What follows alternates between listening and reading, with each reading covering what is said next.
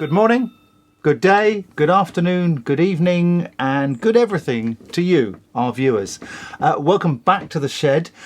What have we learnt today? Well, this week we've learnt that as long as you're in bed by 10 o'clock, you can't catch COVID, which must be a relief for all of us.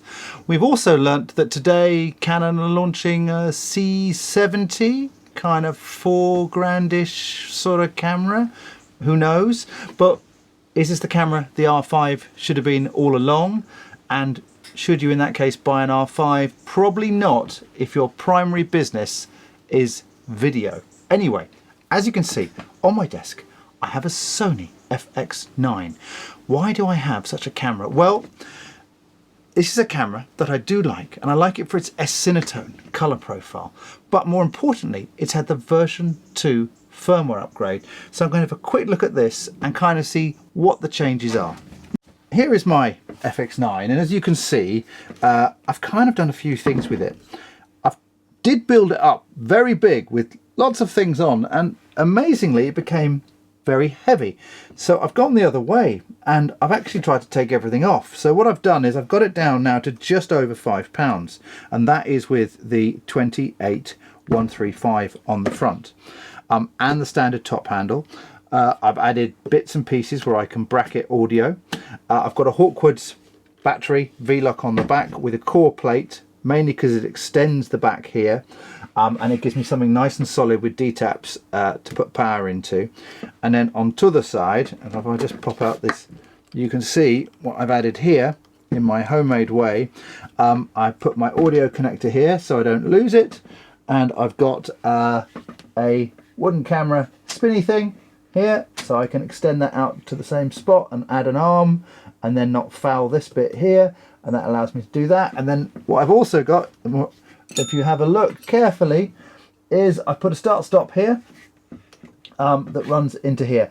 I haven't normally found that I needed to add the big handle, and that's because once you add the big handle you actually make the camera quite wide, and I don't need it for when it's on my shoulder, because I can run my hand under there and I've got my start stop where I need it in that position. I do like farkling a camera. It is fun. I hope you agree. And then on this side, as you can see at the moment, this is not a permanent kind of idea, but it's kind of a work in progress. I can then have my monitor here. I did have a Zacuto Chameleon on it, and yes, it worked and it was good, but do you know what? It was one more big heavy thing to power. And actually I've gone back to the standard viewfinder, which I kind of use with that, which does work. So there's my viewfinder on that. So let us now show you the main difference, which I think firmware 2 does give you, and that is the touchscreen on here.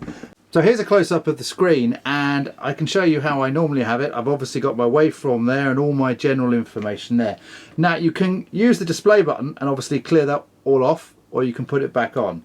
Now if you hit the status button here at the front, boom, look, all sorts of things come up.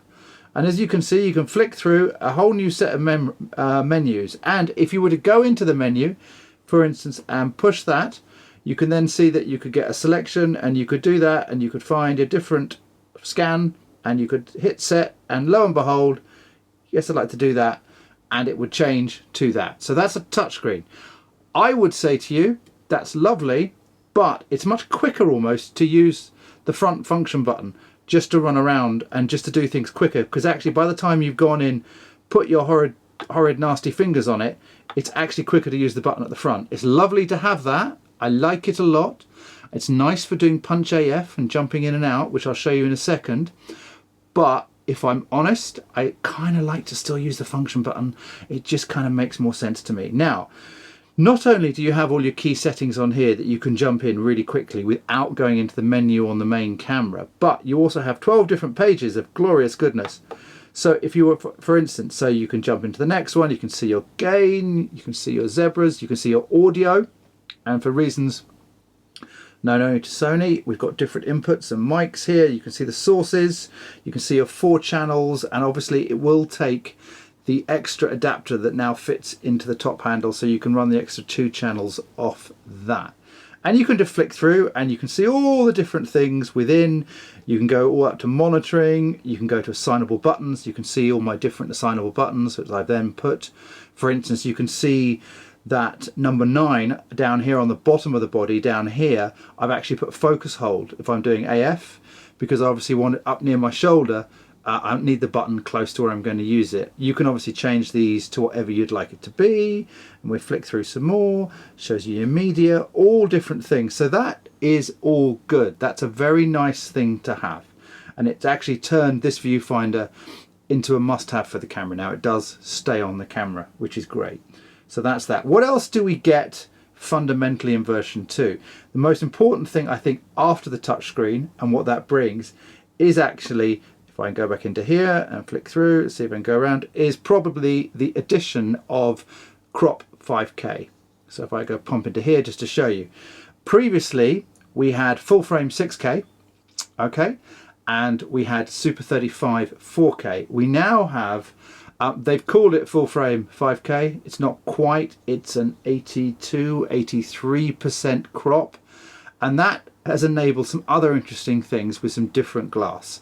It also, for an FX9 user, enables 50 frames per second in 5K crop. So you could decide to set it on 5K crop and just leave it there, knowing that you can bounce between 25 and 50 all day long and not having to change down to Super 35. That is a good thing for FX9 owners and users. The other thing they've added is some AF improvements, which I shall go to in a second. So let's jump back out of this and status, and I shall now show you some AF improvements. So here we are. Well, here's me in my interview area. And as you can see from looking at the screen up here, which I have here, and you can see there, if that makes sense, you can probably see this new box over my eye. And that quite simply is the eye focus tracking that's been added to this camera, as well as face tracking. So currently I've got face and eye. If I lean forward, you can see that it's really tracking me very well. In fact, I may even do something more dramatic. I may lean forward even more just to show you how it has tracked my eye and decided to do that. Quite fun. So this is a boon for anyone my age who basically has no eyesight left, because what you find is this is going to be able, what's the minimum focus? Oh god, that's terrible. Hang on. So I can go all the way up to here and it's holding me quite nicely. This is remember, this is the standard zoom, so not particularly fast. F4 in full frame currently. Or am I in full frame? I'll look at that. And are you going to tell me I'm in 5K? No, I am in F4 180 degree. I'm in 5K scan. So I'm in 5K scan. So I could even go even wider on that. But I'm going to leave it in 5K at the moment, 25. So I hope that makes sense. You can see that little box. It's just here. Okay, there's the eye and face. Let's try it in face as well, just to see if that makes a difference. I'm going to run over here where I've got my camera, and I'm just going to pop in here, and I'm going to change the focus. So face eye only AF, you can see face eye off, that's off. Face eye priority AF. So let's just try face eye. We were in face eye priority before, and pop through to face eye only. Okay, priority obviously stays with you. Again, very nice. As you can see, it's popping up that eye. It's decided. Now what you can do is when you get that box, he says he's trying to do it. I'm trying to do it now. You can push the screen, okay, on the camera, and it will remember the face. So if you're in a group of people, it will stay with the person you want. So the person, they can walk in and out, they can cross over. And what we've got here is an AF that's actually probably as advanced as anything on the market now. And for a single person trying to operate a camera, when it's very, very hard. Oh God, that's ugly. Look at that. Really quite impressive, isn't it? Even makes the shed look good when everything's soft. Very nice. And here's without face tracking and without eye tracking. So this is just standard AF. So I'm just going to see what it does. And you can see it's not as responsive, and it takes a bit longer. It's still not bad, but there's definitely an advantage when you've got a face in there. There's definitely an advantage to having, surprise, surprise, face eye tracking on the whole time. One of our viewers has asked if we actually have dog tracking, and it's difficult to prove it, but perhaps one of the only ways we can prove it, excuse me while I just adjust my frame is to actually use a dog. Let's try it with a helmet as well to see if it makes any difference whatsoever. No, it's still holding me. That's fine. Don't feel at all like a prat.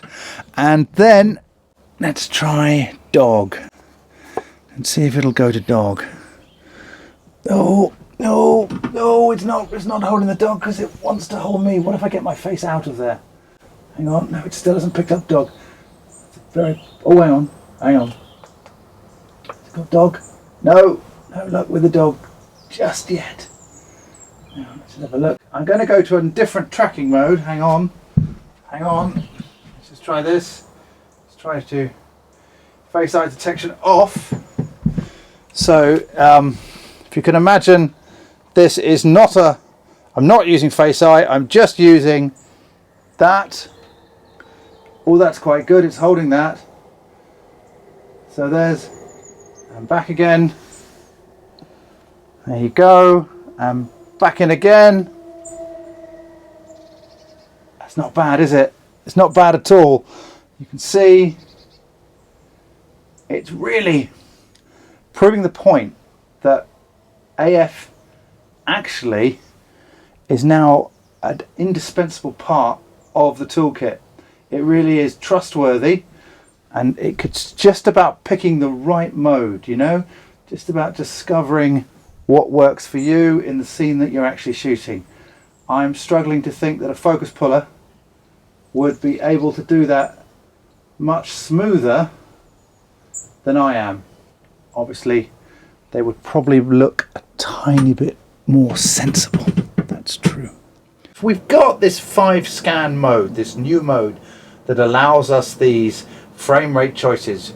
What can we do with that if we use some different glass? And by that, I'm referring you today to the Fujinon MKs, which are a wonderful manual zoom option. And if I was just to cross here and sit here, this is 5K scan mode. Okay, looking down the camera. Which camera? Because I've got one looking at a screen of something else. But this is 5K scan mode. Okay, with the 18 to 55. Let's just check my T-stop. I'm T2.9, so I'm wide open. And I am currently at 18 mil, he says. Yes, I'm at 18. And if you look at the corners, yeah, there's a corner. I'll push that in there. You'll see a little bit of vignetting at 18. But, if I was to roll it ever so slightly into, I'm going to say, past 22. So anything past 22, and I'm going to alter, have a little play with my apertures as well. If I was to say, yeah, so anything past 22, this is 22. I think if you went to about 23, you'd be pretty safe. So just to show you that, 5K scan mode. Here we are. I've taken the menus off so you can actually see it on the screen, and what we've got there is quite nice. It's quite different. It's that there really is no fall off. I can then leave it in 5K scan mode. I can use my nice manual cinema zooms, and I can do 25, 50, 25, 50 all day long without any worry. So the only thing to be aware of is 18's too wide, doesn't quite cover it, but beyond 22, 23, certainly 24, you're fine on the edges. That's the important bit. So I hope that's helpful. So there we have it, a quick guide, a quick look into some of the firmware V2 upgrades, enhancements if you like, for this shoulder mounted cinema camera. Can I call it a cinema camera? Is every camera not a cinema camera? Factual TV, documentary, great AF, Cinetone's good. They've reorganized a few things as well.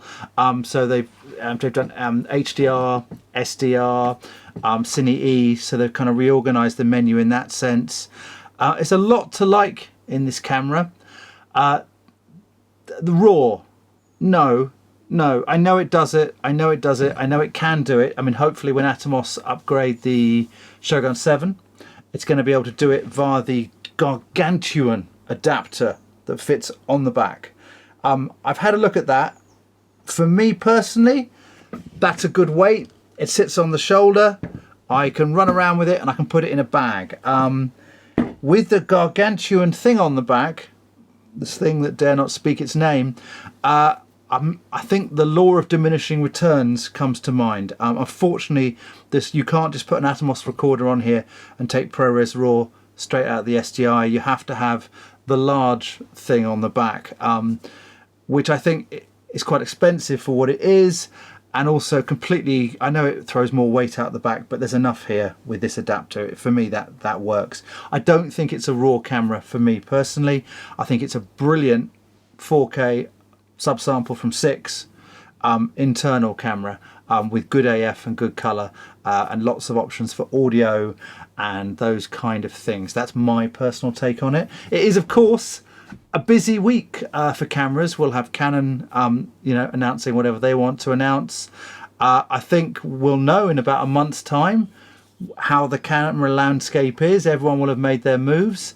Red might finally have launched the Komodo. Who knows? I've been enjoying watching that on Facebook, seeing that evolve.